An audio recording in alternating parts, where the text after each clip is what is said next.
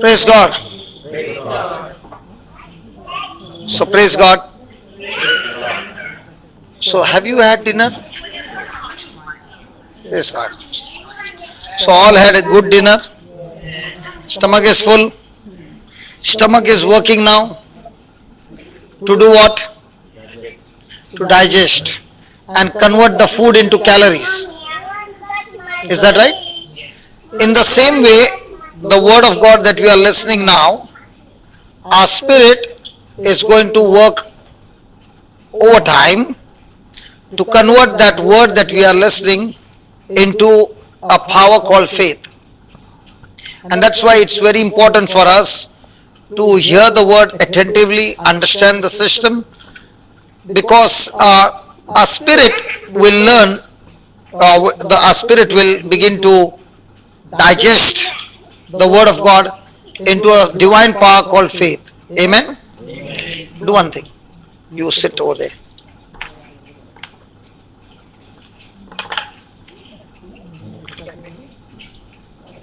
Now, is she a baby? Babies are bound to do this. Can one baby disturb the whole class? So when we are at home, spiritually a baby, can we disturb the whole family? So is it necessary for us to be baby spiritual? If you are a baby spiritual, you will disturb the family, you will disturb everybody's peace. So why have we come here? We have come here to change from being spiritual baby into matured children of God. Amen? But is it looking something unusual for that baby to do? No, it's natural for the baby to do.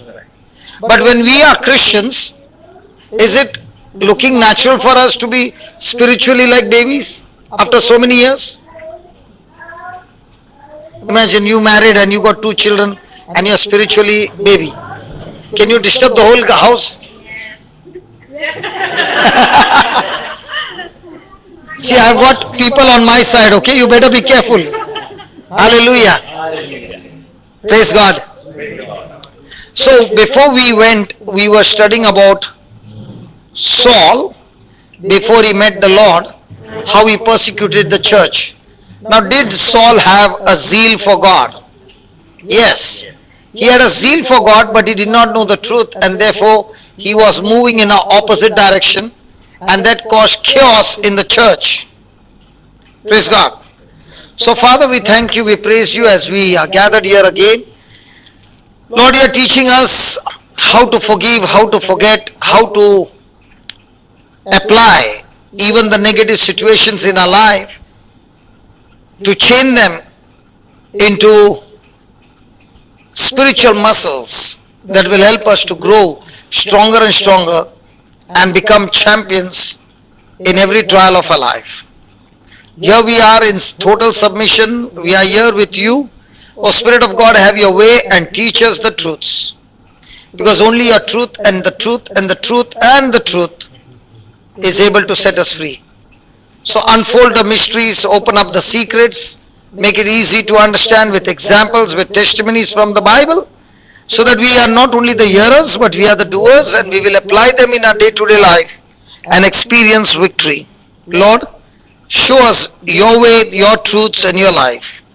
Here we are, your disciples. Our hearts are open to receive the word. Our ears are open to hear your voice. Our minds are ready to renew and submit to you and apply them in our life. We thank you, we praise you. In Jesus' name, amen. So we were learning that Saul, in the book of Philippians, was saying, I forget my past and I press forward to the goal that has been set before me. So in the afternoon session we learned that my past is designed by the enemy to keep me as a prisoner so that I can never move forward. Praise God. And that's why the enemy's job is to keep on showing me my mistakes. Hallelujah. But is God interested in my mistakes, or is he interested in changing my future? For example, did Peter deny Jesus? Did Jesus rebuke him for denying him? Yes. Did Jesus rebuke him and punish him for denying him? But did Jesus rebuke Peter for lack of faith? So is Jesus all the time rebuking us for lack of faith or for making mistakes? So every time Jesus speaks, he is talking about have faith in him, have trust in him. Praise God. Now, when Peter was denying Jesus on that day, did he ever think that God had a great future for him? It looked like the match is over, Jesus is about to die, and all my dream of 3.5 years to follow Jesus has also come to an end, and I better go back to my fishing business. Did he go? Yes. But when Jesus called him and asked him, Peter, do you love me? What did he say? Yes, yes. And what did Jesus say to him? Now, will anybody give a job like that when the person has denied him? But what about Jesus? So is Jesus looking at your mistakes or is he still looking at your potential that he has put in you? Did Peter, when Jesus said, feed my sheep, did Peter even think that after, say, about 45, 50 days later on, when the day of Pentecost would come and he would open his mouth, the same Peter who was scared would come out and give his first sermon and 3,000 souls would change? Is the same Jesus saying to you, feed my sheep?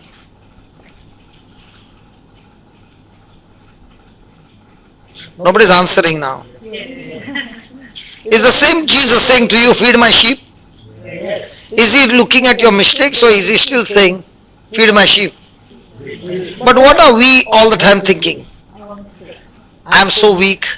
I've got so much of flaws. I've got this. I've got that. But is Jesus looking at us based on our ability or his potential that is in us? Let's take an example. You are Adam. Can I just take an example? He is Adam and we are all creation, but we are not humans. We are all animals and birds and everything. And you are the only man. Okay? Now you are going around and you are so sad because nobody is like you. So God puts you to sleep. And when you open your eyes, you see a woman for the first time in your eyes. What would be your expression? That's all? That's all? You're a man. You would have said, whoa, man! Now, my question to you is, did Adam think that the solution to his sadness or loneliness was outside or inside?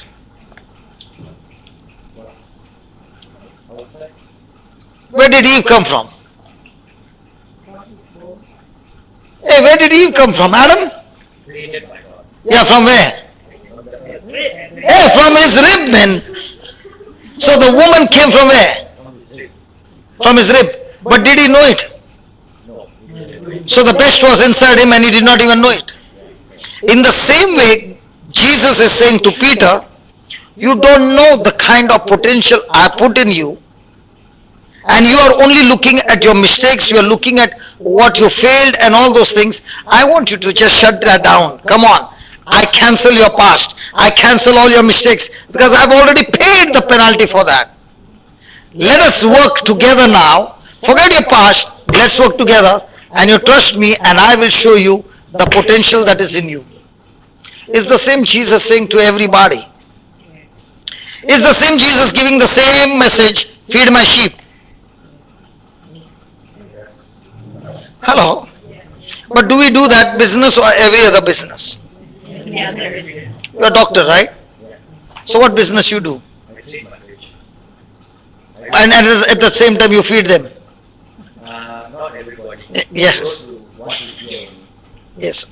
Praise God. What I'm trying to say is your main business to feed the lamb, feed the sheep or feed the people? Treat the people around. If I were to follow my Jesus, I must speak the people with his word. Praise God. Hallelujah.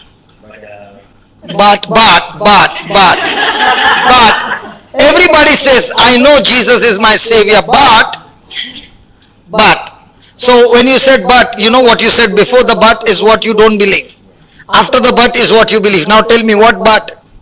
the situation in the country, the type Yes, of people I yes, see, correct. their beliefs and all those things. I agree because in your country, if one person gets converted, you are in trouble. I'll be counting bars. Yeah, you will be counting bars. Praise God. But can you also pray to God that with the love you plant the seed and the person is not conversion from outside, but the person is totally converted from inside. That I do. Praise God. Okay. Now, do we all have some mistakes in our past? Yes. Now, can the devil keep us chained in those past? Oh, yeah. And what does he do? He keeps reminding of our past because he knows if I can give this person guilt and condemnation, this person will never rise up. Never. And what is God saying? No matter what your past is, I am your master planner. I can use your very past and give you a great future, provided you are willing to trust in me. Praise God. Hallelujah. Hallelujah. Did Peter even think that he would be going around the country, so many places, and transforming people? And what seeds he was planting as a fisherman, an illiterate man, that even after he's dead and gone, what he has written still affects mankind. So can we ever underestimate God's potential in our life? So when will a person discover God's potential? When he's transformed. Have you ever used toothpaste in your life? Every day. Are you sure? Yeah. Okay, tomorrow, children, will you do experiment and then show mama? Okay? Okay. You take the paste in your right hand, open the cap with your left hand. Done? And then you press at the bottom. What will come out? Paste. Very good. If you press in the middle, paste. Very good. If you press on the top, paste. Very good. And if you put it on the floor and stamp it under your feet. In the same way, when somebody comes and stamps me, insults me, puts pressure on me, what comes out? Paste. We always say please. What comes out? Anger. Now, that's the real I am. So when will the potential come out? When I make a decision to submit to God, that's the time the potential will come out. Amen. Amen. Thank you, Jesus. Thank you, Jesus. Thank you, Jesus. Thank you, Jesus. So write down please something very, very nice.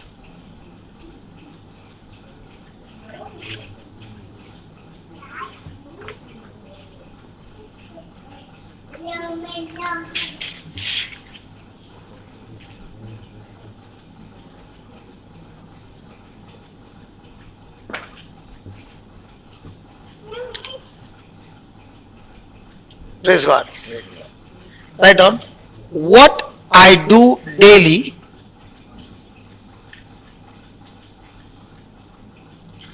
what I do daily determines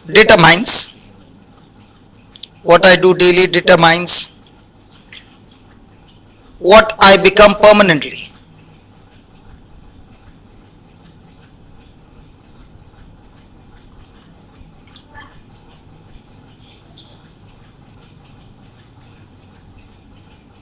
Have you seen sometimes the cook, they look up and they cut the vegetable down? And they cut at such high speed and so fine slices and they are so accurate. Do they achieve that in one day? Or are they doing it over and over again? Many years. Okay. The day I understand that if I practice love and I use love to reach out to others, okay, and I do it every day, Now I become permanently what? Love. Love. And love will always take me on a journey where I will discover God's potential.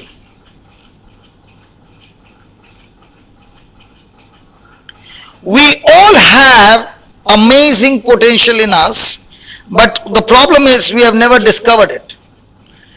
And the key to discover is love. Let me give you an example. Have you heard about a lady named Mother Teresa? Was she a nun? Yes. Was she a nun just like every other nun in the beginning? Yes. Yes. Did she come to Calcutta? Yes. Was she from abroad? Yes.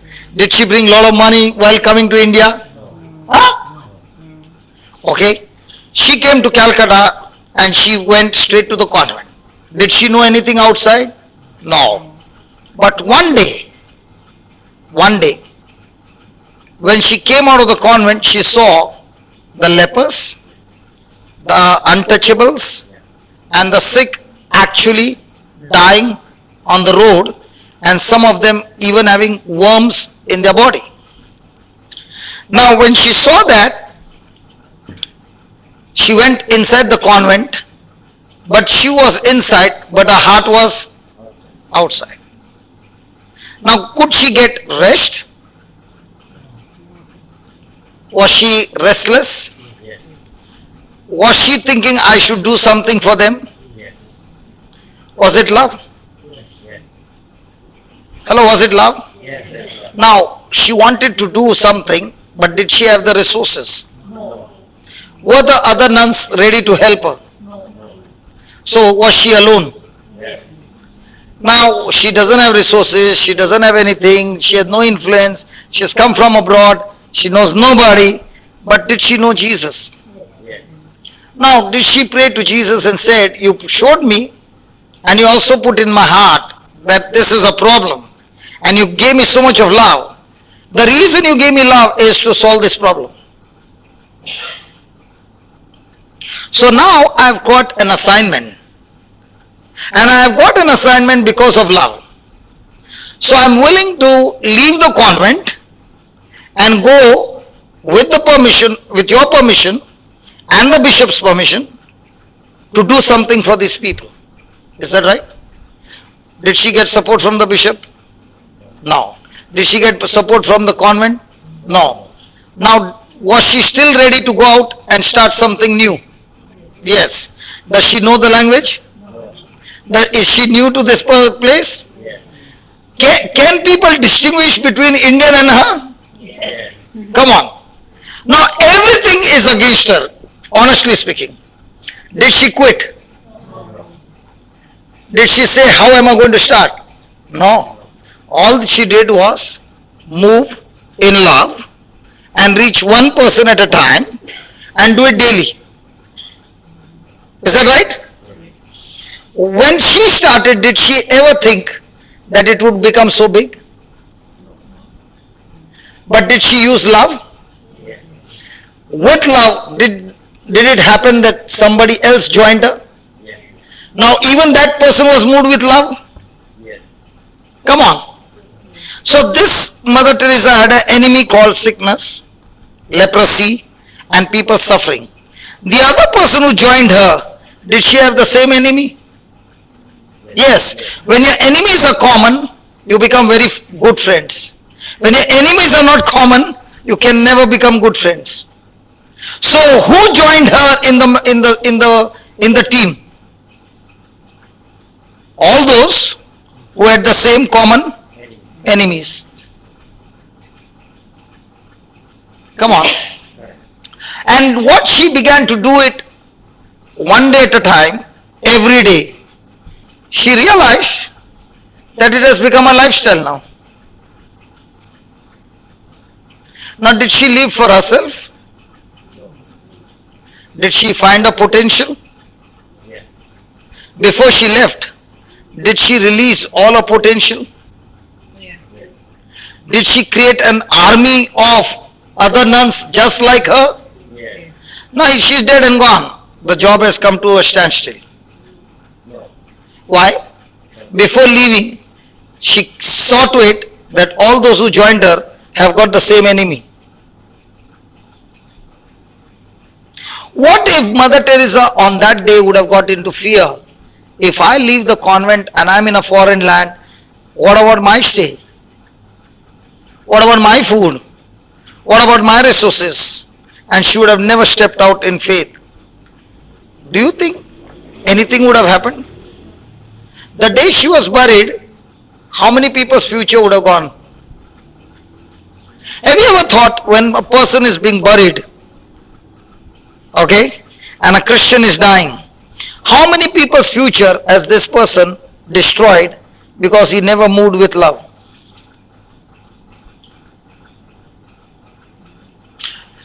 Can we see that light? Who discovered? Thomas Edison. How many experiments he did? More than 10,000. What if he had quit? No light. So, his sacrifice for others, not for himself, has it made a blessing to others? Yes. So, in the same way, how will I discover my potential? Starting with love. Love every day. Now you are young, you are studying to get a job and earn big money.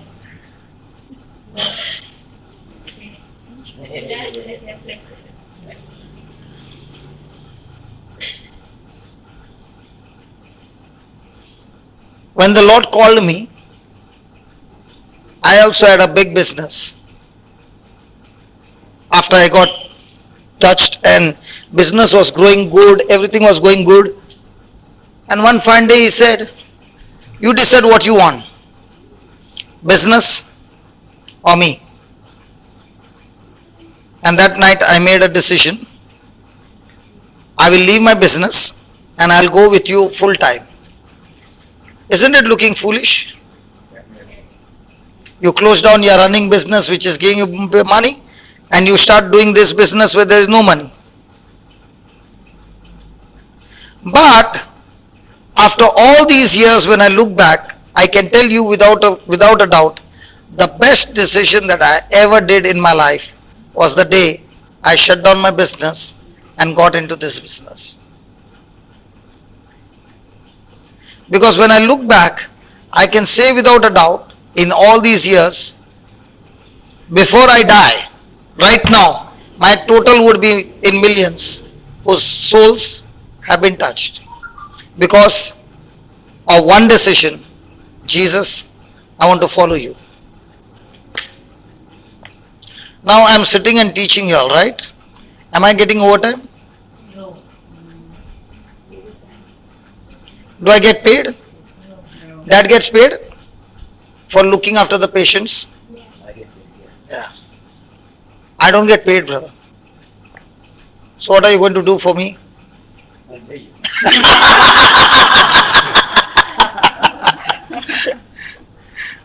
Are you understanding? Yeah. Now you are a doctor.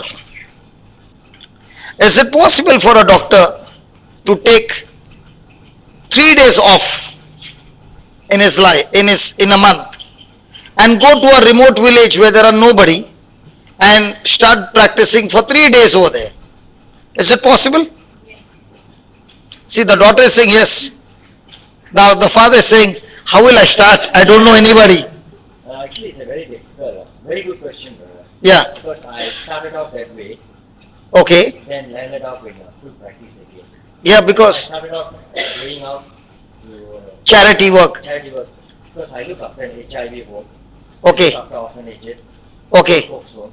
They're under my care. Okay. You got a lot of orphanages and all that under your care. Under my care. Okay. So I started like that. You started. Started. But now what happened? Then because of legal problems from the authorities, then we had to shut down. Then there was no finances. Then you had to slow down again. And then the distance, my commitment, and then the distance became further and further. The traffic jam, I cannot reach in time, I came late and all. So slowly I backtracked already. So today I only serve when I'm So my question to you is, I don't know your background. I don't, have I ever asked anybody like this question? I never ask. But the reason why God is asking you is because the potential is still there.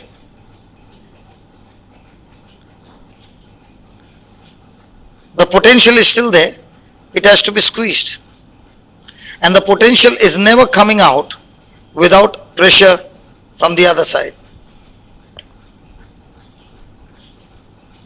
Tell me honestly, when you are doing that charity and out of love, that piece and this piece, is there a difference? I was very happy then. Because when you see a poor man who doesn't have anything and you wipe away those tears by giving the right medicine and changing his future, you can never earn that with money. Praise God. And what you do, what did you write? What I do daily? Permanent lifestyle. Huh? So did Mother Teresa become permanent? No matter whoever offers her whatever she wants, people will offer. Will she change? No. She has discovered her assignment. She has discovered her calling. So also when you discover a calling, nothing in this world can give you peace. Nothing in this world can give you satisfaction. You can have all the money, you can have all the joy, all that, but you will still feel empty because you were created for a purpose. And unless that purpose is fulfilled, you are not going to experience peace or joy. Hallelujah. Hallelujah. Thank you, Jesus. Thank you, Jesus. Now, what is the devil going to do? He wants us all the time caught up with the past. Amen. Amen. So, are we focused on what God has promised, or are we focused on where I have been? For example, had Moses done a blunder of killing an Egyptian? Yes. Because of that blunder, did he run for his life? Yes. Could he hide in Egypt? Yes. No, he could not hide in Egypt. Because Pharaoh would have surely found him. Now, where did he run? Into the desert. Was he trained in the desert? No. Did he have any option? No. He ran in the desert. Did he think that when he was running in the desert, one day he would master the desert and he would be a deliverer for the Israelites to come out of Egypt? Your very hardship that you're going through today, God is using that hardship to make you a champion and a leader for the future. So when God gives you the promises, He is saying to you where He wants to take you. But the issue is, am I still caught up with Egypt or to the promised land?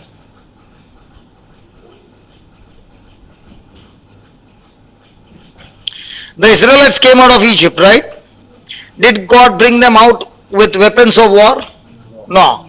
In a supernatural way? Yes. Now He has to lead them to the desert? Yes. Was Moses a champion? No. He was a champion because he lived in the desert for 40 years. Now imagine what Moses would have been thinking.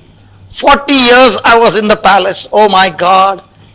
Those were the days when I was in the pool and one lady this side, one lady this side, one putting grapes in my mouth, the other one giving me wine. Have you seen in the movie? Yes.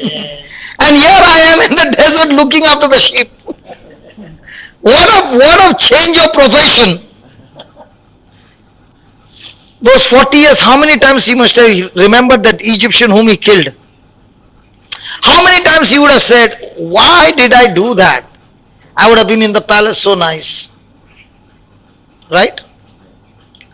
But had God used even that negative situation to take Moses into a training ground? So is God looking at perfect people or people who have made mistakes? People who have made mistakes. Whom are you looking for? Perfection. God is a God who is looking for people who have made mistakes. And in spite of all those mistakes, He is looking for a perfect plan to be executed through people who are still making mistakes. Hallelujah. Hallelujah.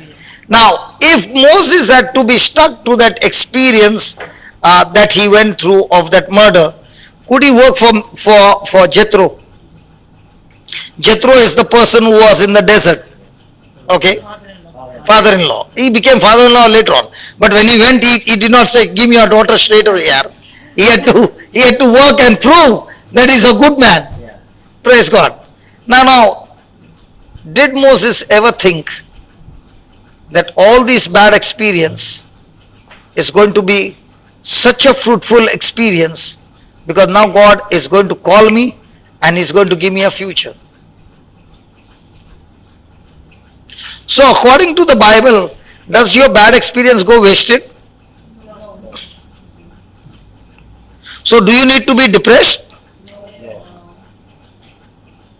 But is God very slowly but surely showing you that He has called you to be a leader? Do you know what happens is why people don't get satisfaction? Can I tell you? Open your Bible to Genesis 1:26.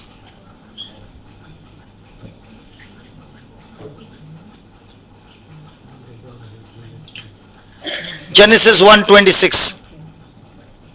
Yeah, read somebody quickly. When God said, Then God said, very nice, your voice is so good. Please keep reading all the time. Yeah. Then God said, "Let us make man in our image, let us make man in our own image, according to our likeness. according to our likeness. Let them have Pause. Let them and let us and let them. Is there a difference between the two? Who is that us? God the Father, Son and the Holy Spirit. Then let them or let us and them? Is it only them or us and them? See correctly, brother. Let us and them. let them have What is your Bible saying? them." Them. Them. Who is that them? We the people. Let them have dominion. So my question is, has God created man to have dominion? Yes. Over whom? All is creation. But did he create man to have dominion over people? No. Huh?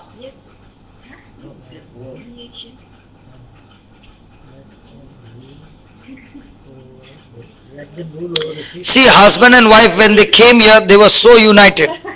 One question, the wife is saying yes, the husband is saying no.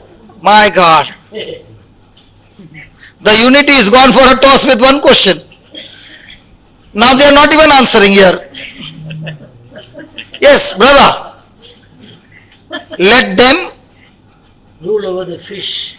and over the people. No people. Sure. Yeah.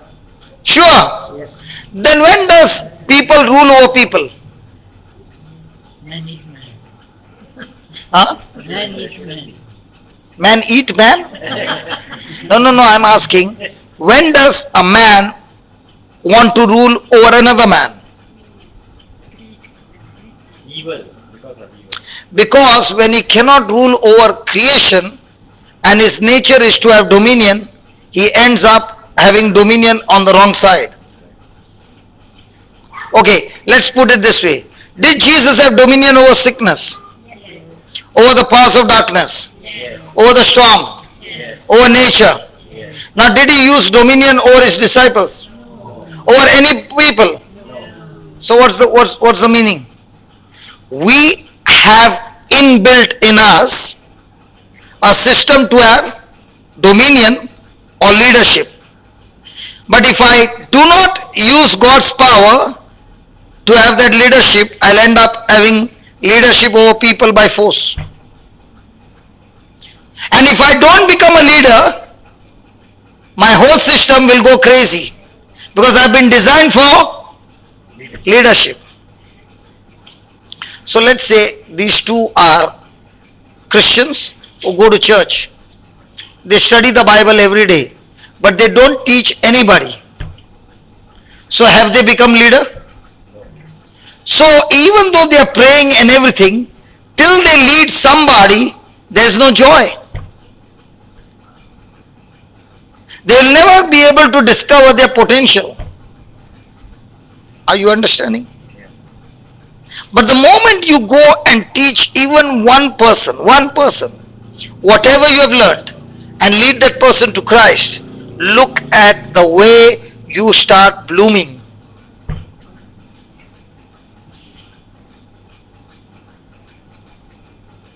When I began to taste this, the first day and the second day and the third day, I found more joy in this than the money that I earn in my factory.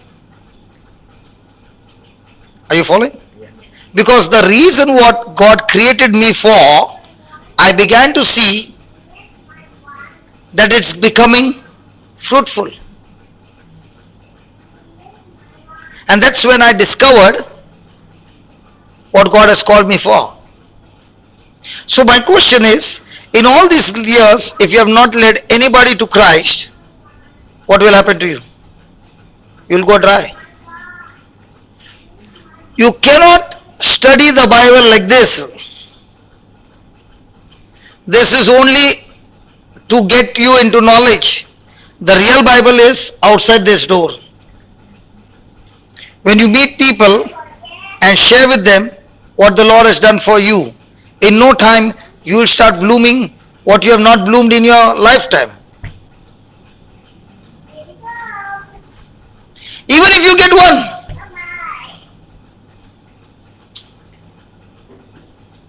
Hallelujah. Hallelujah. Thank you, Jesus. Thank you, Jesus. So did God call Moses suddenly in a burning bush after 40 years? And what did God say? I want you to go back to Pharaoh. Come on, Lord, please, please. I ran from there into the desert because he's going to kill me. And you want me to go back there? But this time when God speaks to him and says, I am with you, is Moses now ready to go and face Pharaoh?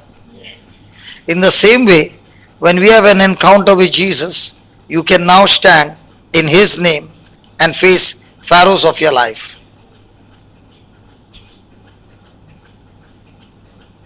Did Pharaoh have the army? Yes. Did Moses have the army or did he have God? Who was submitting to whom? Pharaoh was submitting. So whom do you need in your life? Hallelujah. Hallelujah. So is God going to talk to you through his promises? Written promises? So am I going to be locked up with my experience or through his promises?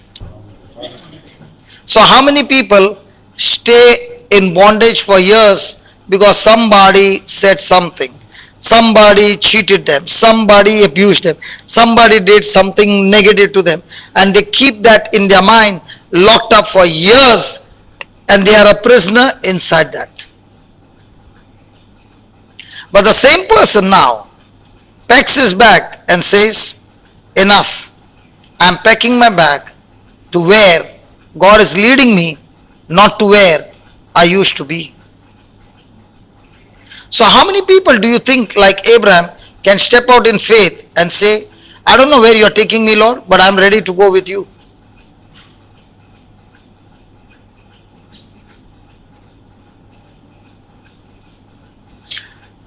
Are we all the time playing safe? Or are we ready to step out in faith? That's why we don't encounter God. Big miracles don't happen in calm waters. Big miracles take place in disturbed waters. How many of us want to jump in a disturbed water? When the angel of the Lord would come and disturb the water, the first one entering the pool would be healed. You remember? So, in disturbed waters in our life, are you excited that I'm going to jump into this disturbed water in faith and it's going to turn out for a miracle? Or the moment you see disturbed water, your mind is already, oh, it's a problem. When a champion sees a problem, he's saying, wow, I'm so excited. I'm going to learn something new. Do you remember our time when there used to be a phone? Kada kada kada kada kada kada kada kada kada kada kada kada kada kada kada kada. You remember? Now, how is the phone now? Digital. Why did they do this? Make it easy for you. Because they had a problem. After all the dialing and this thing would come engage again. Kada kada kada kada kada kada kada kada kada kada. If there were no problems, there would be no solutions. Actually, problems are the reason why there is a lot of development. A person who looks at the problem says, I am going to use wisdom to get the solution to this problem. But do we look at a problem as it's time for me to get solution from Jesus? Or do we say, I got a big problem, please keep me in prayer? Nobody wants to talk, forget it. I know you, I understand after eating dinner, nobody wants to talk. So write down.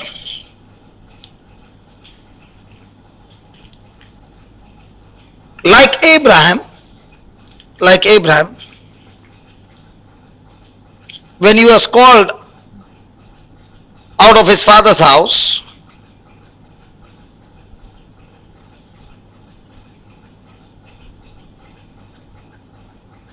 to go to a place,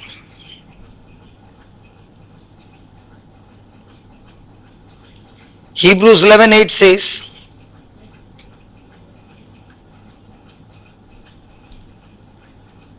he did not know where he was going.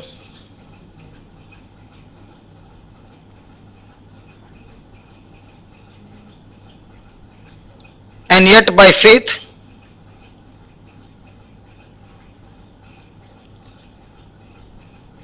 at 75,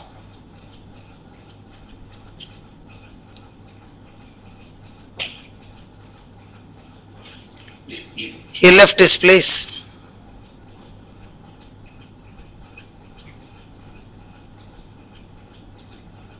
In the same way,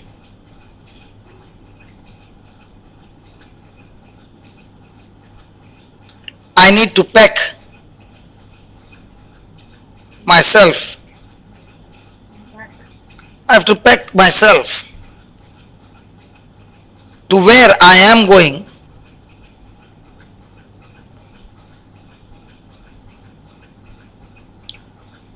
instead of where I have been.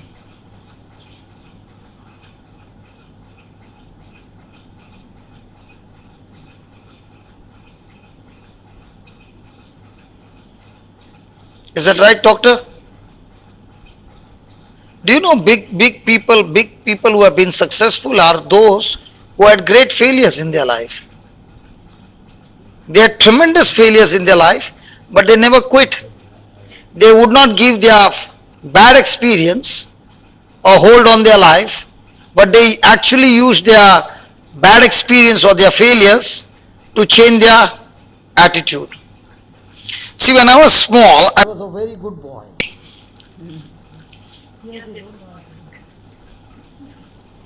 Looking at me, they believe that I used to be a very good boy.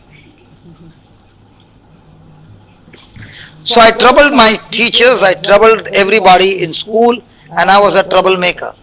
People will remember you for two things. One, for the troubles you solve. Two, for the troubles you make. Correct? So I was a troublemaker. And when I reached the university, I created troubles and troubles and troubles, and the reason was that, I did not want to study. It was by force that mom would send me. And my gang was all of business people. Even I came from there. So the reason we went was only to get that paper. We are not anywhere going to get a job. We are going to get into a business. So this is only to get the paper. So it so happened we were about 21 of us. Okay? Out of the 21, 20 failed, I passed. Now, there was one of our friend who was not a businessman, and he failed in maths 3 times. Okay? So the fourth time he came bringing his result, and we were all in the canteen smoking and drinking tea and all that, and he came and sat down. So somebody asked him, how much did you get, man? He said, this time I scored a little better than last time. I got 6 marks out of 100 in maths. So one person casually said, when we were in school, there used to be a poem, try and try until you succeed. So don't worry, you and your son can graduate together. That sentence irritated him, and he got out from the seat and walked out, and we never saw him again. Neither did he pick up our phone. We missed him totally. Means we have never seen him after that. He never came to college. That sentence what he said, no, you and your son will graduate together. Years went by, might be about 8-10 years went by, and once I met him while passing on the road, I saw him. So I put my hand, the old friend, you see, I put my hand on him and he said, take that hand off. I said, come on, you are my friend. I said, take that hand off. Okay. I said, why are you so serious? You don't know who I am. I said, okay, tell me who you are. Can you see that board? I said, yes, it's a coaching class. Yeah. I am the professor there. And I really, what? And which maths and accounts? And I started laughing. He said, hold on. Don't you laugh. I own that coaching class, and I'm a professor there, and I'm a professor in the college, and my subjects are maths and accounts. I looked at him and I said, what? He said, come, let's have tea. So he took me and we had tea. And I said, how did you become professor of maths and accounts when for you 6 marks was the highest marks you scored? He said, do you remember what he said that day? You and your son can graduate together. I got so angry. I went back home and I said, I will leave everything, but I'll master these 2 subjects. And I began to sit with these 2 subjects day and night till I mastered it, and I became a professor of these 2 subjects. That word on that day was insulting, but that word changed my whole future. Now, did he take it as a depression or a challenge?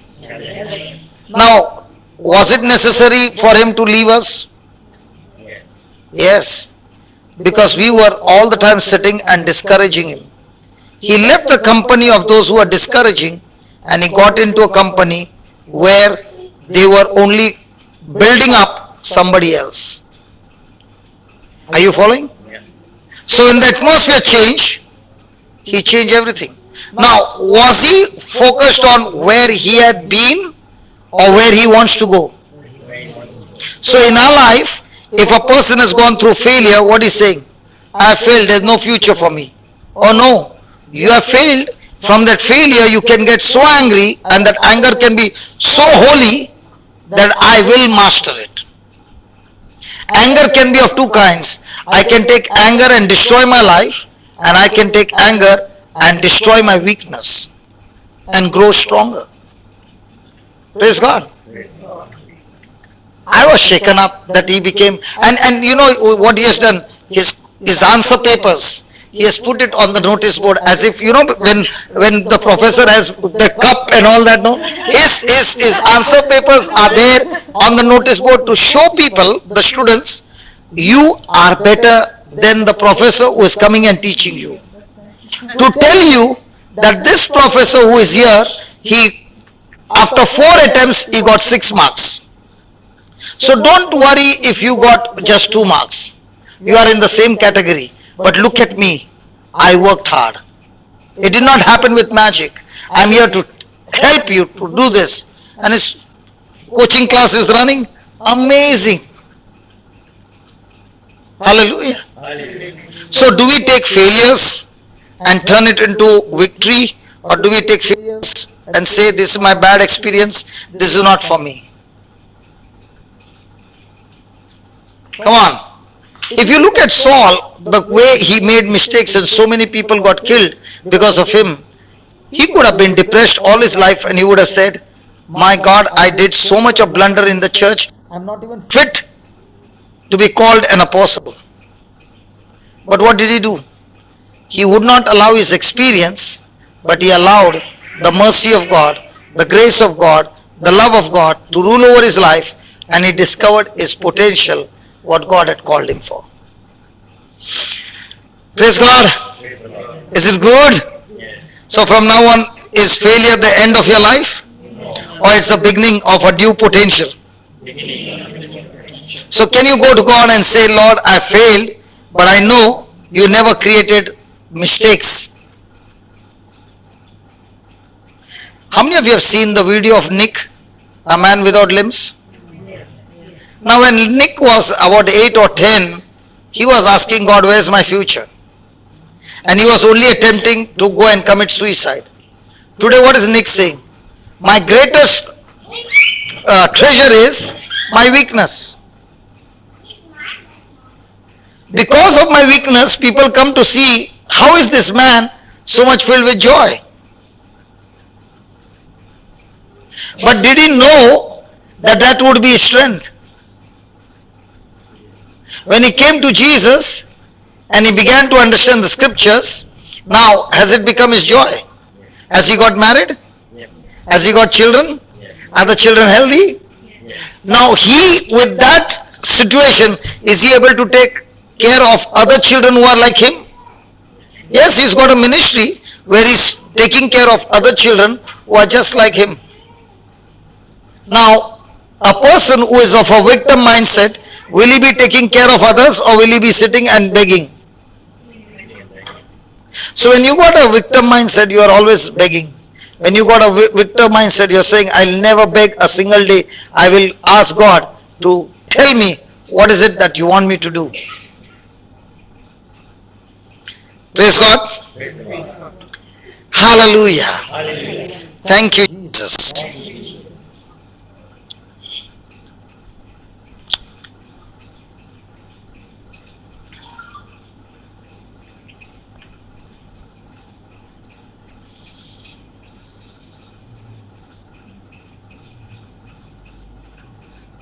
Write down. What happens in my mind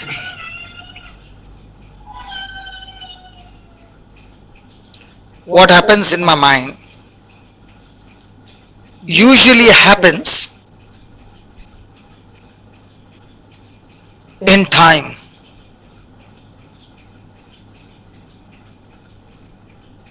Did this friend of mine get angry in his mind with what happened in the canteen? Yeah. Because he was angry. Angry. Did he allow that statement to die from his life? Did he use it as a trump card to build up his strength? No, no problem. The chair. Come on. Did he build up? Yeah. Yes. So do we use even the negatives that happens to us to change our life? Yes. Hallelujah. Hallelujah. Now, let's say that statement.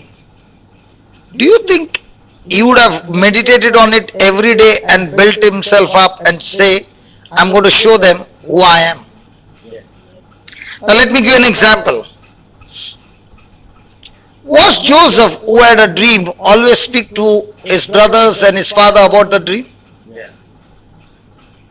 So was that dream fresh in his mind day and night? Yes. So when he was sold as a slave, what was dominating in his mind? His slavery or the dream? Slavery. I told you, husband, you all came holding hands. When I'm asking question, you are saying slavery. She is saying, no way, dream. And the children are saying, Dada and Mama are always united. I don't know what this brother is doing. He has brought division between Mama and Dada. Yes, slavery or dream. Initially, you must have been slavery because you were totally abandoned in the system. I can prove to you are wrong. Can I prove? I don't know which was. Okay, I'll show you the verse. Yes, brother, can you read it for me? Genesis 39. Listen. Brother, it's not here right or wrong. Here it is all about understanding the truth. So if by being sold as a slave, yet Joseph can have peace, can I have peace in the stormy night of my life? Yes. So I got to learn the formula which can keep me peaceful. Yeah. Are you following? Yes, Genesis 39, 1 and 2. See, both the babies are looking at dad and mom and they're laughing and they're saying, Now Joseph had been taken down. now Joseph, Now Joseph had been taken down. brother, kid, please increase your volume here. People are saying, I can't hear. That's why I told you. Yes. Now Joseph Ah, had been taken down to Egypt, and Potiphar, an officer of Pharaoh, captain of the guard, and Egyptian, bought him from the Israelites from the Ishmaelites, yeah. who had taken him down there. So he was sold as a slave in Egypt. Okay, then The Lord was with Joseph, the Lord was with Joseph. Then and he was a successful man, and he hold on. Brother, you just said he was sold as a slave. And how can Joseph be a successful man? Because God was with him. And how was he a prosperous man? Was Joseph a prosperous man? That Bible will say prosperous man. What does your Bible say? 39:2. successful. Yours is saying successful. What is your Bible saying? The Lord was with Joseph and made him successful. Made him successful. What about yours? 39:2. Successful. Okay.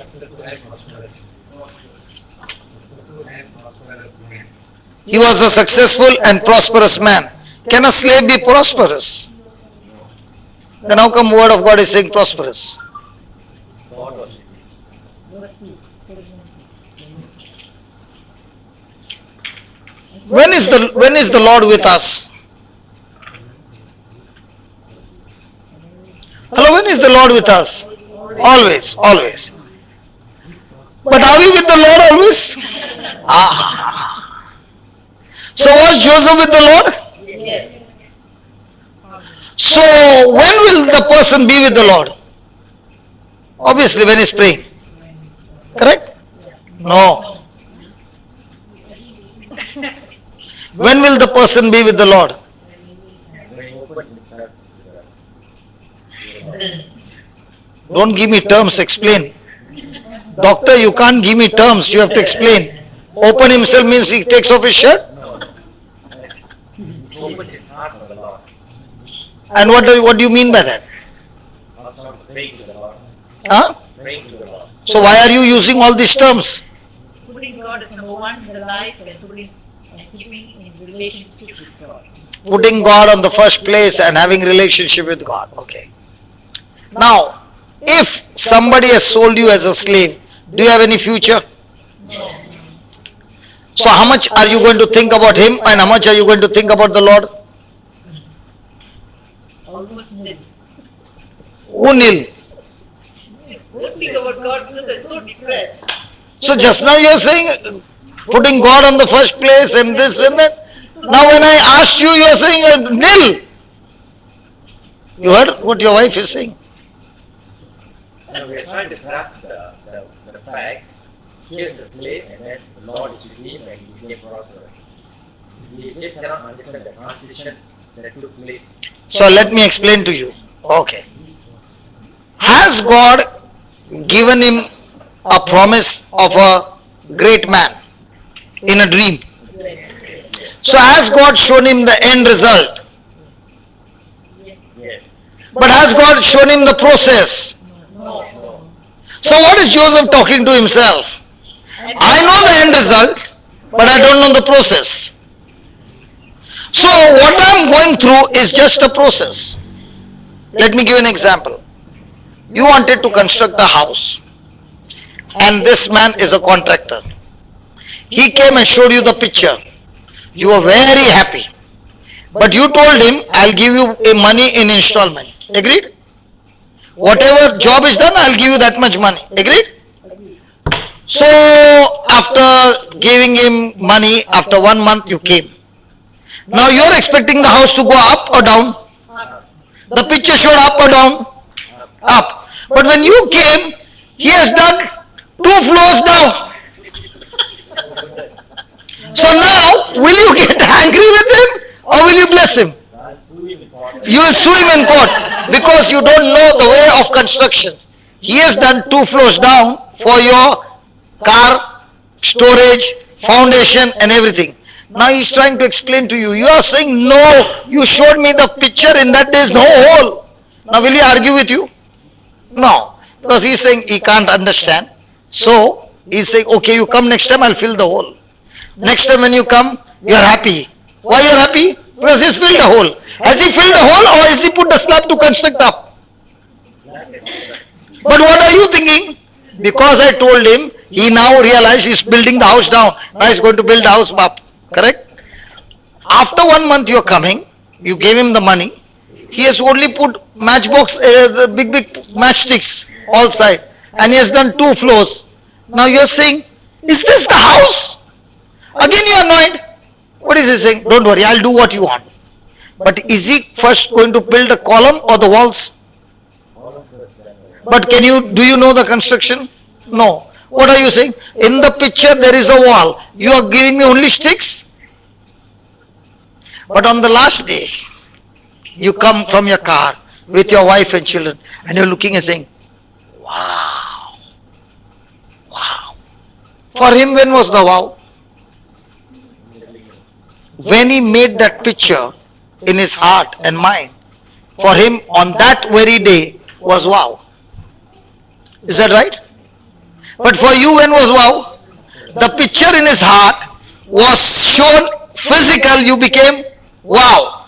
So for Joseph, God has shown him the picture and what is going through is just the construction. So if he believes this is just a process, will he be depressed or will he be saying wow? Are you understanding? Why is he prosperous? Because he knows when the Lord is with me, I am prosperous. A person of the world will say, how many cars you got? So many. How many houses you got? So many. How many this you got? So a person of the world, what you got decides prosperity. For a person in the kingdom of God, who you got decides prosperity. So is Joseph about what he got or who he got? And in our life, what are we looking at? What I got or who I got? Who I got? Hello, who I got? Husband, have you got a wife? So are you saying, who I got, that's why I'm prosperous? Wife is saying, don't you open your mouth. It's all getting recorded. Praise God. So is Joseph looking at the end result or at the process? We are looking at what? So why has God given us the promises? So that we know the... Have you ever watched live cricket? Cricket? Football? Okay. Have you watched live match? Yes, on TV, okay. How is daddy watching, Baba? Hockey?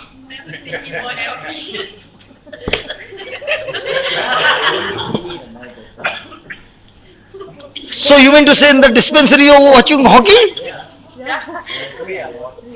Okay, but they've never seen you watch hockey. So they occupy most of the TV. I didn't get to watch. Oh, you don't get the chance to. So you're only watching on the mobile. I watched what they watched. Okay.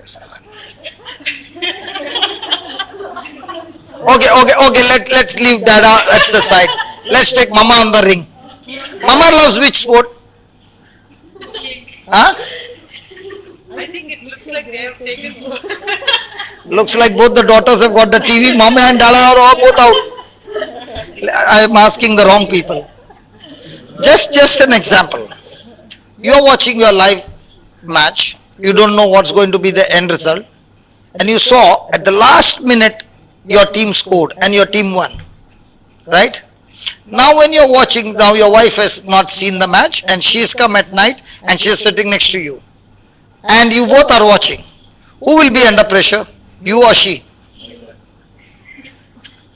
I'm watching the match. But you had already watched now in the morning. You are watching second round, the same match. She is watching first time. Who will be under pressure? Why not you? I've already watched it. You already know. In the same way, the person who understands the scriptures, he already knows that according to the scriptures, this scripture is telling me I am a winner. So when he's going through the process, is he looking at this match or looking at this match? Is it making sense now? If he's not focused on what God said, then he's looking at the current situation. But if he's looking at the promise, he already knows it's going to turn into victory. Praise God. Praise the Lord. Hallelujah. Hallelujah. So what did you write?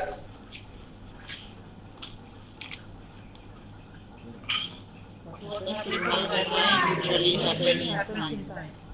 So in your mind is running revenge. Okay, in your mind is revenge. Will that revenge come into manifestation? Okay, let's put it this way. Did the brothers hated Joseph? Did they ever think that they would attempt to murder him? No.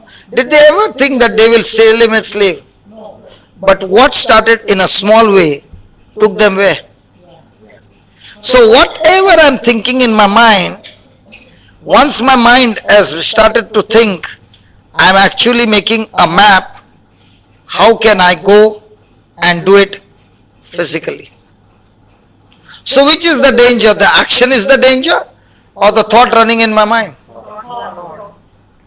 But do I have the power to stop the thought? How?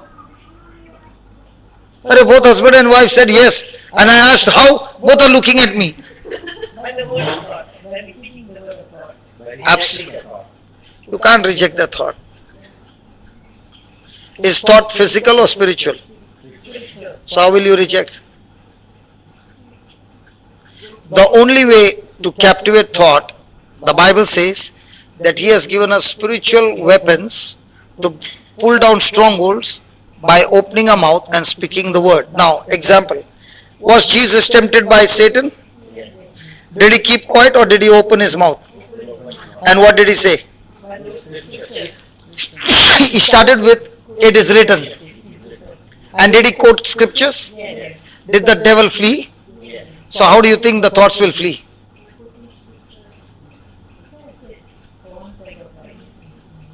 What do you mean by once? So many times. Thank you, Jesus. Hallelujah. Praise God. So which is more dangerous? Something's cooking in your mind or something's cooking on the gas? Mind. Most of the time you cook where? Doctor, where does she cook? Mind or gas? He's saying, don't ask me now. I have to go to sleep on the same bed. I am not answering any of your questions. Okay, write down. Nothing will ever dominate. Nothing will ever dominate my life. Nothing will ever dominate my life unless it happens daily. unless it happens daily. Have you ever seen, let's say you are in the mall, okay, and one lady comes with a small child, like her, small child, and says, you are just about, can I ask her some question? Yeah.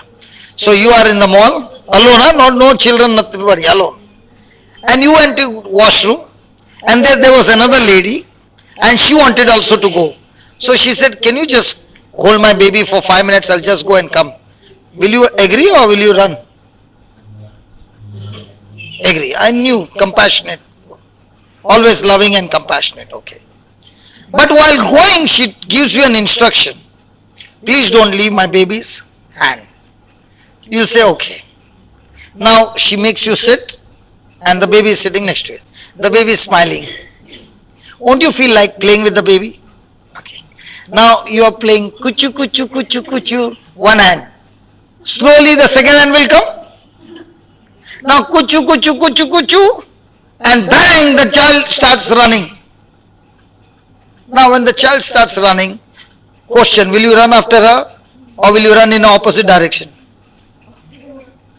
Imagine such a grown-up lady running in a mall. The baby running in front, she's running behind.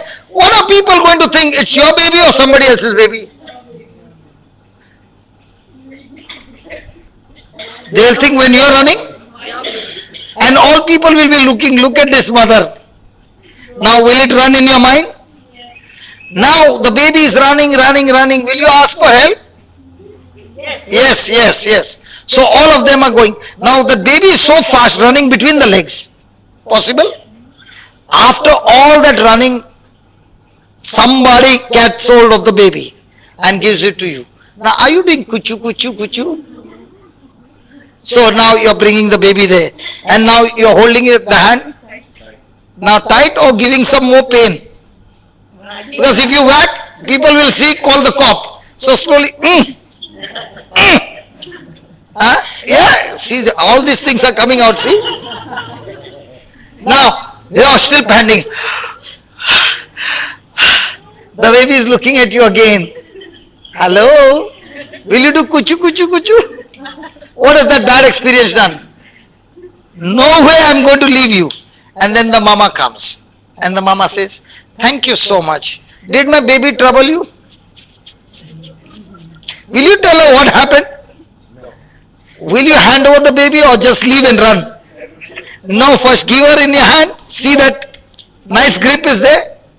Now, when you are walking away from the baby, you are turning back and seeing the mother and the baby both are walking slowly, and the mother is happy, the baby is happy. Don't you think in this 5 months, just in 5 minutes, she brought the whole house down? How can this mother handle this girl? Will that come to your mind? I'm not looking at your 2 babies and saying, they are very good. I'm talking about that baby. Why do you think that? Because she experienced just 5 minutes. But what about that mother? Is she stressed out? Have you ever seen some mothers who have got hyperactive children? You just can't stay there for 5 minutes. But that mother will be there for hours together and all that. How come that mother is so cool? Because she has gone through it over and over and over and over every day. Every day, that her immunity to that has become so strong that she can handle it. She made a mistake. She should have told him what kind of baby she had. What has he got to do with her?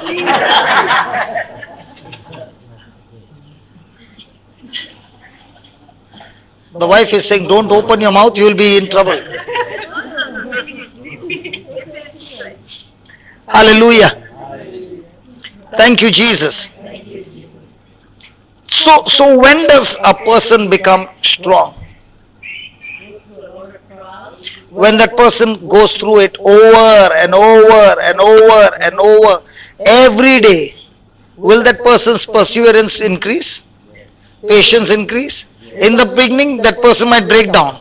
But a time comes, that very thing that goes on daily, over and over again, slowly but surely begins to dominate that person. Hallelujah. Hallelujah. So, when a person starts taking the first puff, does he ever think that I will become an addict? No. When the person starts with the first sip, does he ever think that I'll become a drunkard? When a person takes the first shot of drug, does he ever think I'll be a drug addict? No. But when he starts taking in small measures, slowly, slowly, daily, that very thing begins to dominate that person and makes him a slave. Now let's take the other way. The person is taking daily the word of God. Will he get addicted to the word of God? Will now the word of God dominate his life? Will the word of God change his lifestyle? It is the same. So what is it that you practice daily will slowly but surely dominate you, master you, and rule over you. So is it possible a person is watching a particular TV program? After some time, can he get addicted to it? Yes. So man has been designed in such a way, whatever he does daily, repeatedly, that thing will dominate him. So can I change my daily routine? So whatever I do daily, is it the clue for me to know what's going to be my future?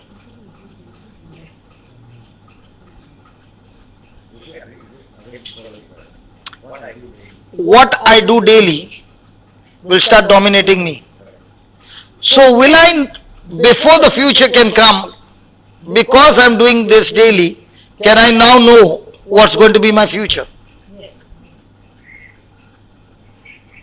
So if you are walking in love every day, practicing love daily, I'm not talking human love, God kind of love, will that love begin to dominate you? Will that love make your lifestyle change? Yes. Will that love give you a great future? So what has dominated my life now? Every day this is my job. Now can I take leave? No, I become restless. But this is my job. Now has this started to dominate me? Yes. Will this change my lifestyle? Yes. Everything? Yes. Yes. So what do you allow daily? Read the word of God. Can the children ever study the textbook with the mobile underneath? No, not these children, in general. Not these children. I am not talking about these children. I am just talking about children. The textbook is on top, mobile is down. Cannot study. No, but can the children practice, I'm saying? Do children do that? Yes. Thank God. I thought in Malaysia, the only country I came across, the children don't do that. Always. Always. Even adults. Even youngsters. Even when you're eating, all of them want to have food. Nobody's talking. So if a person is using mobile every day like this, can the mobile now dominate somebody's life? Yes. Ah, because you are doing it Daily. daily. So what are you practicing daily will dominate your life. So if you are practicing word of God daily, the word of God will dominate your life. You practice something else, that will dominate your life. Praise God.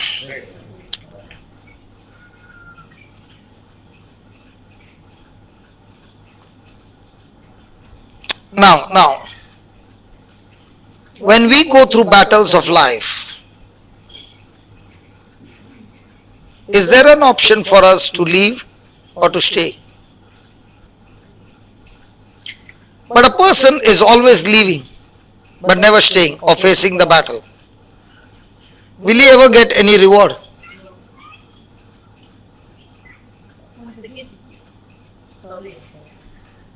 there are going to be battles in our life. Right?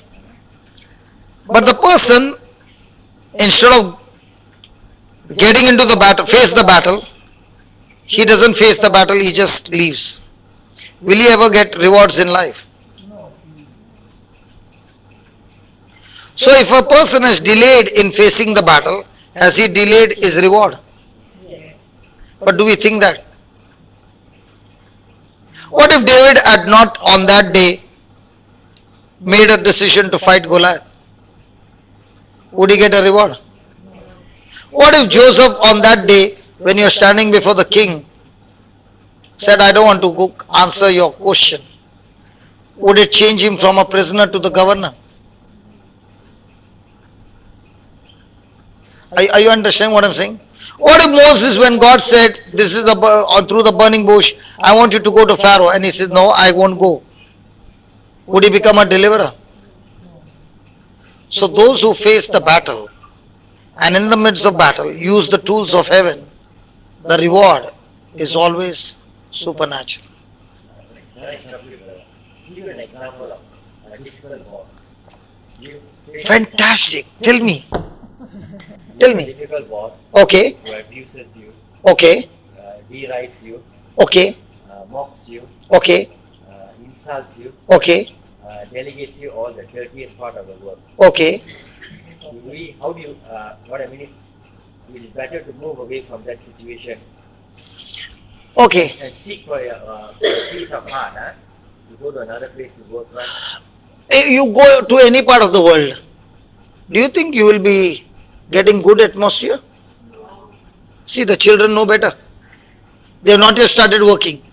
Yeah. But how you face that? Okay, I'll give you the answer. I'll give you the answer. Okay.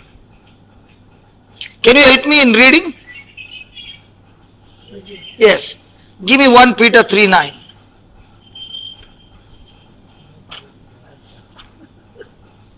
What Peter 3:9.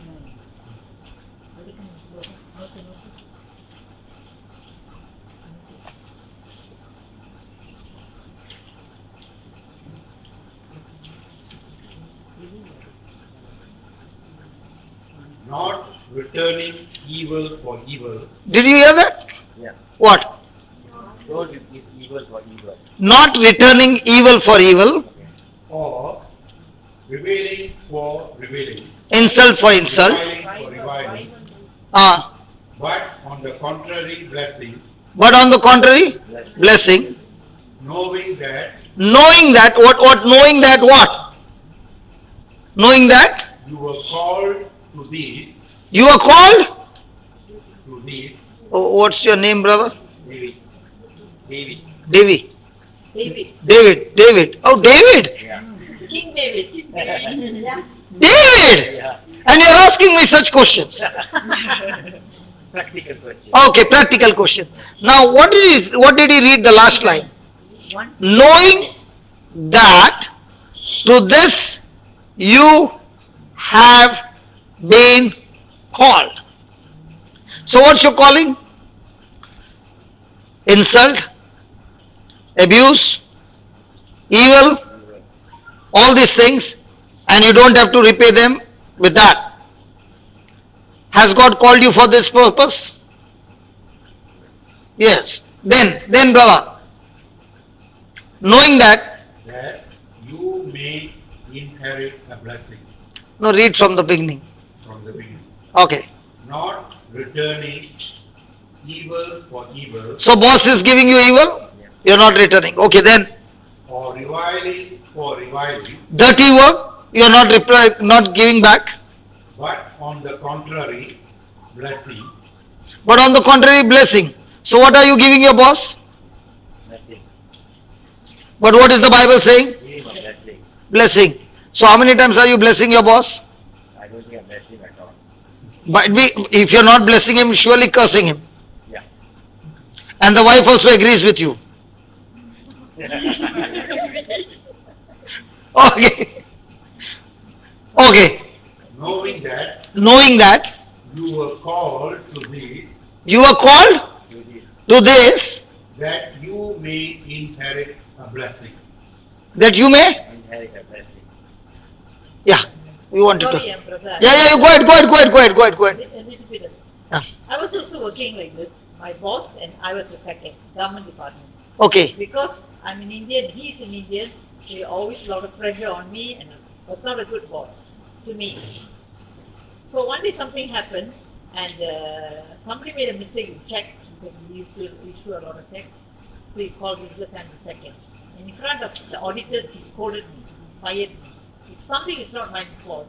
So I went out, I was very angry with him. How do you take the chair and throw it at him? He's a big man. I was very angry. Instead of doing all the others. Then When she anyway- gets angry, she lifts the chair. No, that day I Not was against me. Huh? Not against you, but like that? Anger? She might have done that, I do not know. What about the utensils and all? No. Ah, okay. It's only verbal, No. an expression, but not physical. Ah, okay. So actually I was very angry with him. So I was angry, I kept quiet, didn't say anything, and I went back to my room. And I have another Christian man who's my department, another officer. So he said to me, Mrs. Netto, why don't you pray for the boss? You know, like he's a Hindu and definitely you should pray for him. So I said, pray for him, my foot, I'll pray for him. I'll pray for him to go to hell. I'll say all the bad words to him. Bad in the sense, he meets with an accident, everything negative. So when My he goes- God, you don't look like that, Yeah, man. anyway, tell you, this is 10 years ago, how many years ago? So, not 10, 20, 30 years ago. So now I will see that the face is, if the Facebook is different and inside, Mirror is different. my God. So, brother, you must listen. Can you believe she is praying? Go, let him go to hell, my foot. I'm going to pray for him. Yeah, go ahead. So, what happened was, I went home, I drove all the way from PJ right up to Kajang, I was staying in Kajang. And the whole journey, I was so angry. And I went home, I was very angry, my mood was very depressed. That time you were married? Married. Oh my God. So, depressed, my children were very small, and I went to bed with a headache, got up with a headache thinking of my boss. The whole day was bad, next day also was bad, 2 days, 3 days bad, then after the whole thing calmed down. After 6 or 7 months, the same thing happened. Same officer, something else happened, and this boss was scolding me. So I called up this officer, and he told me, Mrs. Netto, why don't you pray for him? Then he told me, if a drop of water falls on a stone, no matter how hard the stone is, it will one day give way. There will be a crack in that stone, something like that he said. So your prayers, when you pray for him, he will. He did not say one drop, but if every moment drop is falling, the water which looks very soft, but that water when it falls continuously, it can create a crack in a stone. Yeah, what he said was true. The boss is Yeah. a stone, and my prayer is supposed to melt him. So that day when I went back, I drove back home, he said to pray for him. He said, bless God for him. Bless him, Lord. You must say, bless him, Lord. I said, all these things won't work with me. I'm not going to pray. So I drove the car back, and I was on the way back. I said, why not I give it a try? But with a heavy heart, the words won't even come out. I said, Lord, bless this man in the end. Bless this man. Bless him. Raise him up. Then I said so many good things. I still don't know how I can say. Give him a promotion. Let his family be a blessing to him. Prosper his children. Let him get whatever it is. Then finally I said, Lord, if you're going to give me a mansion in heaven, then make sure you give him a bigger mansion. Wow. Then I said, in my heart, I said, my foot, I don't mean it. Just to lighten up your. So I drove back home. But surprisingly, I went home. I was not with them. I tell you, this is a true story. It's not a made up. So I went home. I parked my car and I went home. Somehow, I don't know what happens in the spiritual realm, but definitely something happened because I became very calm. I was able to cook for my children. Mood, all the very good mood. Went to bed. Never thought about this man. No headache. Nothing. I got up in best of moods the next day. Never thought of him. I don't know. The thought just went out. I went back to office. This one only here, right? In case you know where I work, you know who this person is. It's going on the camera. Going on the Yeah. camera, yeah. Yeah. Okay, it doesn't matter. Now you are retired, yeah. And he's already made it to heaven, don't worry. So I went there, and then after that, what I did was, I got up in the morning, went to office. The first thing, I went to office 7 o'clock, 7:30 or so. My CC comes into my room and said, he says, Juan, Tata apa berlaku? Okay. What? I tell you, bahasa. This is my language. Malay So language. Mrs. Neto, you know what happened? I said, no, I don't know. Boss called me this morning. I said, what happened? He says, the first thing he said to me, I don't know what happened. Why did I scold Mrs. Neto yesterday so much? I don't know why. This is a man, I tell you in Tamil, I don't know how to say, but they have some words, these Tamils will tell me certain words. He will never let one hair of his head also shake or something like that. He's such a fierce person. He will never bow down to anybody. He will never say sorry to anyone, that kind of character. So for him to say that for my chief clerk, that was a very big thing. So she came and told me, Mrs. Not, I just don't understand. Then I thought to myself, I know the difference. I said, you know what? I told myself, this is God's work. You know why? Because when I started praising and thanking God for this man, for whatever he did to me, I think the spiritual realm, the opposite thing happened to me. Instead of me having a headache, the headache went to him. So he couldn't sleep at night. Next morning, he called up my CC and asked, I hope he doesn't hear. So I think, brother, I'll tell you the solution. No magic words. Just go back and say, thank you Lord for him. And 15 minutes in front. So I told my children all and I told all my friends. In fact, everybody knows. I tell them, if you got any enemies, just go before the altar and praise and thank God for that enemy for 15 minutes and see what happens. Something will happen. This is from my own experience. You try it. You will never fail. I tell this to many people. Sorry, brother, I can't. What she said is true because Arey, you are only asking me question, now you change the party. David, don't do like this to me. David, don't do like this for me. Just because she said you changed the party and went into her party. Okay, till party change, no problem. no, the thing is it's a time frame, brother. How long can we tolerate this particular person who's abusing you? Okay, How long? okay. 1 year goes by. 2 Give years me goes by. my message. Give me my message. 3 years goes by. Okay, can I talk? Can be. Okay. What is he saying first?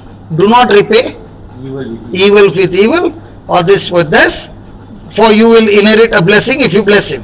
Now, which one do you like? You working hard and getting a property or you inheriting a property? Inheriting. See, look at the wife, look at you. She's saying, I'll work hard and get the property. You are saying to inherit. So all that property she is supposed to inherit, she'll transfer in my name. Now, inheritance comes because you belong to a family. Correct. Is that right? Correct. Now, is the Bible saying you shall inherit blessing? Yes. Yes. Now, what is the meaning of the word blessing? Good things like Good blessing, good health, happiness, peace of mind, joy, everything. Like, The answer is absolutely wrong. I thought actually right. Okay, read that Genesis 1:22. Let's see what is the meaning of the word blessing. Lot of wrongs in my life. No, listen. It's not that right or wrong. The truth will help us to make the correction. Please, otherwise you will go from here depressed. See, why don't you say, my understanding was this, but the Bible is telling me it's this. So when you make the correction, everything begins to change. But if you think, I gave a wrong answer, it will really discourage you. Yes, brother, 122. And God blessed them, And God blessed them. Who? Adam and Eve. Yeah. Saying, be fruitful and multiply. pause. So what is the meaning of the word blessing? Fruitful and multiply. No, what is the meaning of the word blessing? Read that again. And God blessed them, saying, be fruitful and multiply. Okay, what's the meaning of the word blessing now? Fruitful and then continue to multiply. And have more. So let's say God to only say, God said be fruitful and multiply. Would it happen? No. So how is it happening now? He will bless them. Their ability. Empowerment by God. Hmm? Empowerment. We are To bring God kind of result. So what is blessing? Blessing is God's empowerment, God's ability put on these people by which now they can be fruitful and multiply. Correct? So is good life blessing or fruit of the blessing? Fruit of the blessing. Fruit of the blessing. Good health, Fruit of the blessing. good house, Fruit of the blessing. beautiful car, good marriage, Blessing. fruit of the blessing. Children. Fruit of the blessing. So what is the blessing? The root. What is this? Be good. Fruit. So when somebody comes against you and you bless that person, are you inheriting the root or the fruit? Fruit. Fruit. See, now she has come against me. I am cursing her. So I am inheriting a blessing as a root or curse as a root because I cursed her. So what's my root now? Curse. So what will be the fruit? All destruction. Negative. But when I bless her, what did I inherit? Blessing. Now if I have the root, can I produce all the fruit? Yes. So she coming against me, is it an advantage or disadvantage? Advantage. Well, now it's time for me to inherit what? The root. Are you understanding the strategy? The reason Satan is using her against me is because he is expecting me to curse her. The natural human tendency is to curse her. By foot, you will go to hell. Not you are. I was saying somebody's dialogue. My foot will not go to hell, but my foot, you will go to hell. So now was she blessing him or cursing him? Cursing him. So when she cursed, what did she inherit? Headache. Headache is a small thing. Correct? But now when she understands the strategy and she says, devil, you want me to respond this way, but I will prove to you that I am a child of God. I will respond by blessing, talking good, doing good for that person. So when I did a small thing, am I going to get a small reward or the root called blessing? Root of all blessings. So when your boss is coming against you, is it time for your promotion or demotion? Promotion. But if you don't follow the strategy right, can it kill you? Can. Can it destroy you? Can you come home sad and depressed? Or can you bring a cake and say, today the boss did this, darling, you agree with me? Come on, let's hold hands together and let's bless him. Now, did you inherit a blessing? Now, your blessing that you inherit, can it affect your children? Can it affect the generation? So, isn't that boss a trump card for you to rise higher? Can I ask one thing? Yeah, please go ahead. But last time also you told me one thing. This time also you are saying one thing. From evening you are saying one thing. Doesn't matter. You ask one thing. Is blessing already a given gift, or it follows what our action? Follow some action. In the Old Testament it was you do, you get blessed.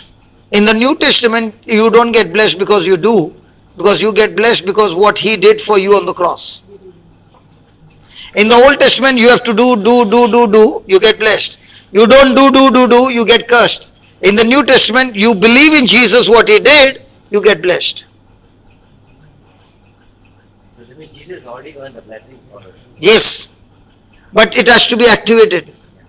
Just because you got a ATM card with big bank balance doesn't mean you can enjoy it unless you activate it, unless you use it.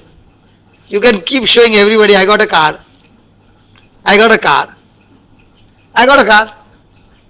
Hey, I got a card. Hey, I got a card. Wife is saying, come, let's go shopping. No, I got a card. She'll say, keep that card, what's the use? Do you need to use the card? Yep. Yes. How do you use the card? By practicing. Done? Yep. Praise God. So now you are happy with the boss? Yes. Are the children happy with the boss? Brother, listen also, pray for those who persecute you. So, Yeah, love your enemies. Do good to those who hate you. Bless those who curse you. Pray for those who persecute you. If you do these four things, your life is excellent. But we do everything else. We go to church. We do your prayers. We do this, we do that. But those four things we don't do.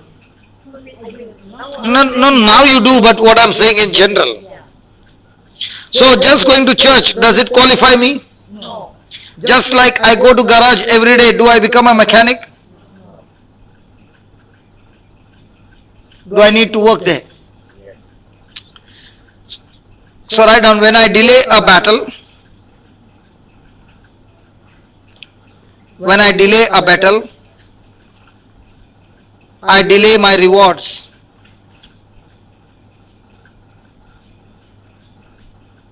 Now do you understand why there is so much of delay, sister?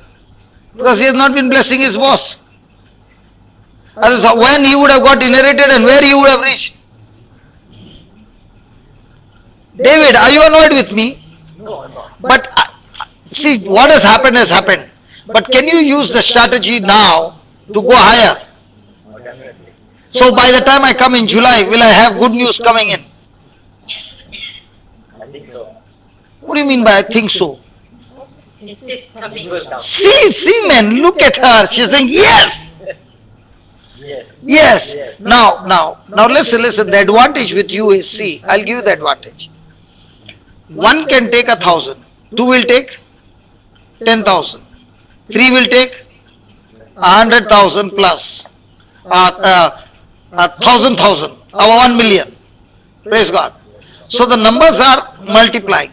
So how many of you are there at home? 4. If 4 of you hold hands and pray for the boss every day, do you know what will happen? Before any blessing can come, your attitude will change, your character will change, you are using the love of God. Praise God, peace will come, joy will come, and now everything in your life will change. And when the children are taught this in this age, when they grow, will this love dominate their life? So hasn't the boss become a wonderful coach for you to learn? So are you supposed to curse him or are you supposed to give him a thank you greeting card? Bless him and give him a thank you. Good! Do that! Because without him you can't get the training. Again difficult. Okay, write down this. What I do, she said it's difficult. Okay, for answer for that. What I do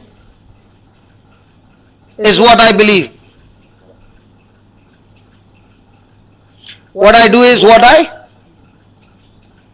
believe. If you believe that, no, listen. If you believe you are going to inherit the blessing, your intimacy with God will grow, your attitude will change, you are going to get promotion. Is it difficult now to do? Because you did not believe, it's difficult. The moment you believe, your action will follow what you believe. Why should the preacher keep you awake all such late night?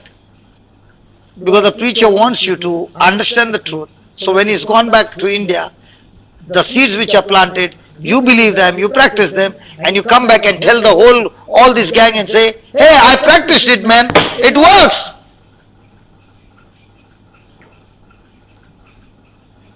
Is that right? Why to, you know how you all look?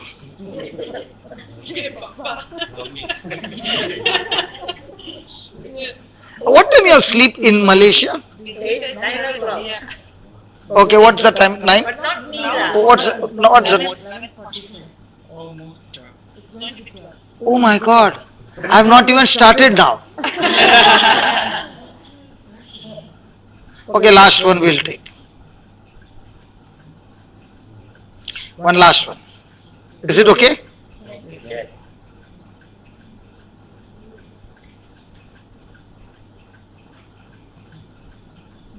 Tired, brother. So very nice. You are the most alive person here. We all half late. Very full of life. Because this is my daily routine and it has begun to dominate my life. That's what I said, whatever you do daily will dominate you and master over your life. It will control your life. So right now, when I ask God for a promotion, David, this is for you. When I asked God for a promotion, We don't need to write that. no, this is, because David is always saying, no, I got one thing. So I also said, I have got one thing for him. When I ask God for a promotion, He will schedule an adversary. He will schedule an adversary.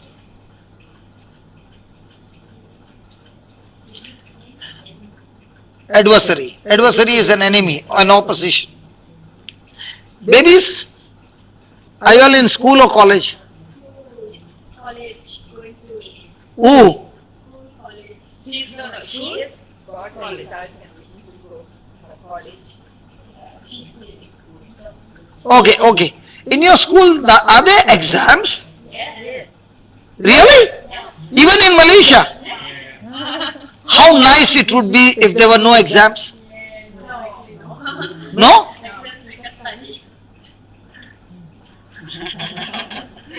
Tell me, why do they have exams? To destroy your peace? Child abuse. Very good. It is a child abuse. Why? Praise God. Why do they have exams?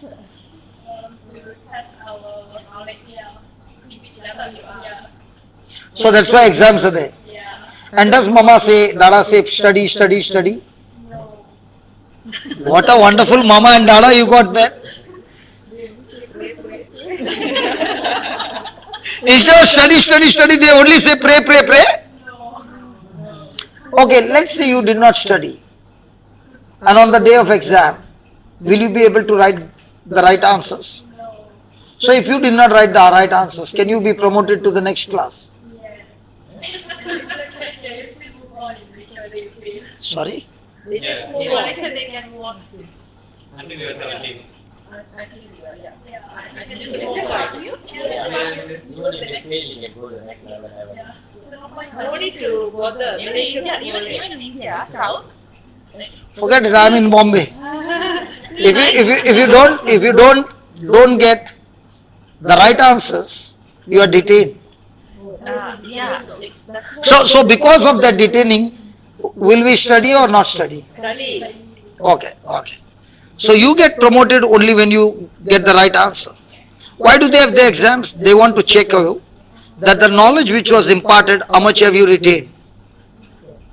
So dad wants promotion. So does he need to pass the exam? So to pass the exam, is God going to bring an opposition? Now is that opposition for him to be tested? And if he fails the test and God gives him a promotion, with the promotion responsibility will increase. And if he can't handle this boss, will he be able to handle this boss? So how will dad come home? Because he can't handle this level. So is God going to schedule him at this level and teach him and train him to operate in love? So once he gets pass or excellent marks here, now can God take him to the next level? So in life, the promotion comes, whom did you pull down and you get promoted? In God's kingdom, at what level can you operate in love and forgiveness, you get promotion?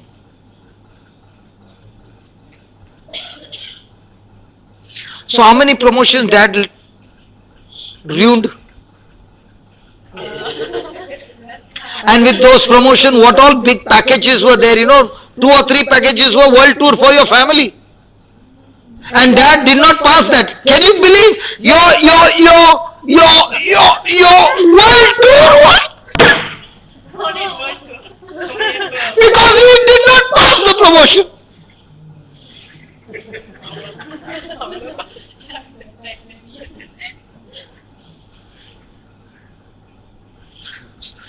So now, are you going to help dad for the world tour or for?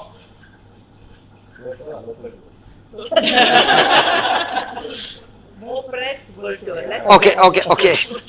Okay, let's close down. But let's finish with this. whenever you come on your runway, about to take off, the enemy is going to give his best shot to stop the airplane, your airplane of your life. But at that time, if you are following the system and accelerating love and forgiveness at the peak,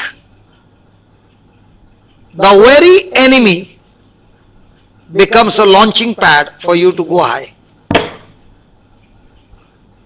So before God can take you on the next level, He will schedule for you a test. So, have you got a driving license? What if I'm an RTO officer and I look at you and I feel sorry for you and I give you a pass certificate? How many people are you going to kill? See, because the moment he gives you a pass certificate, when you're not fit, can you be a problem for so many people's future? Are you understanding? So before he can take you to the next level, he has to take you through test. But what are we interested in? She got promotion. And I'm working for 15 years. And this lady comes for the last 3 years, taka, taka, taka, and the boss gives her promotion. And I'm here for 15 years, nothing came to me. Yeah, this happens. Happens? But why does a person gives promotion to somebody? Because they fancy them. Huh? She's beautiful, that's why. Sometimes it's true, you know. There's something that Okay, why did your boss give you a job?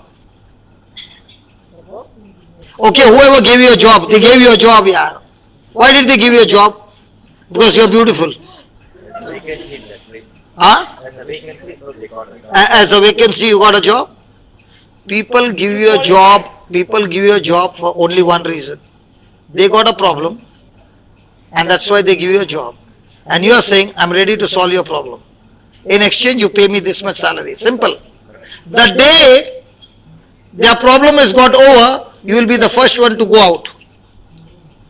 That's true. So how many of us go to office with the mindset that I was given a job to solve the problem?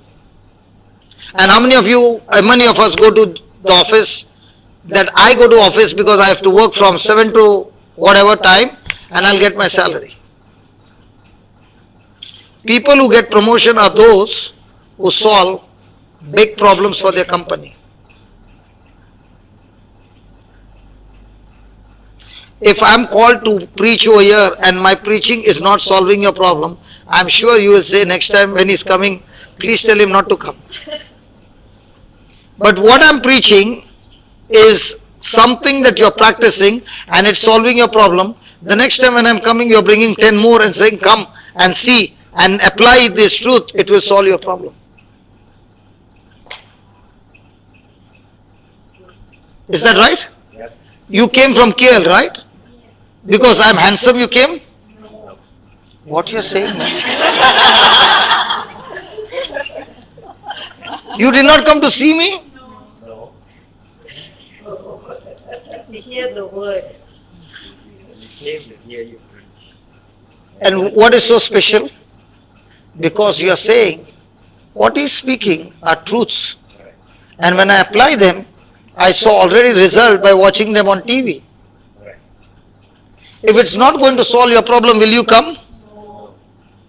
So I understand one thing. I've been given a chance.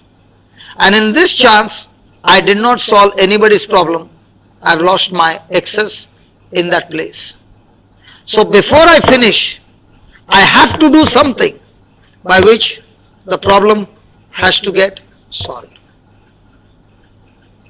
So how many of us when we get up in the morning say, God, you have given me time, and time is given to everybody. None of us can store time. It cannot be frozen, it has to be spent. So how many of us use time as an investment and how many of us use time for entertainment? So when you use it for entertainment, there comes a test on that day, your entertainment becomes your chaos. But if you had been using your time as an investment, on the day when the test comes, you are well equipped to take the test and you are on the next level. Is that right? So from morning to night, you must ask before you go to sleep, today did I solve the problem or did I create the problem?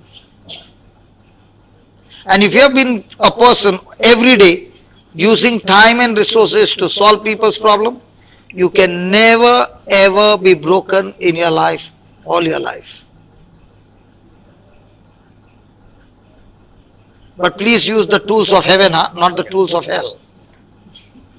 If you use the tools of hell, you can solve the problem, but you are cursed. But when you do use the tools of heaven, your life becomes beautiful. Hallelujah. So tomorrow 6 o'clock we start. Last day tomorrow. 9 o'clock, no mass. Mass is at 9 o'clock. So we can start at 6 o'clock, 6 to 8. Come on, put it off.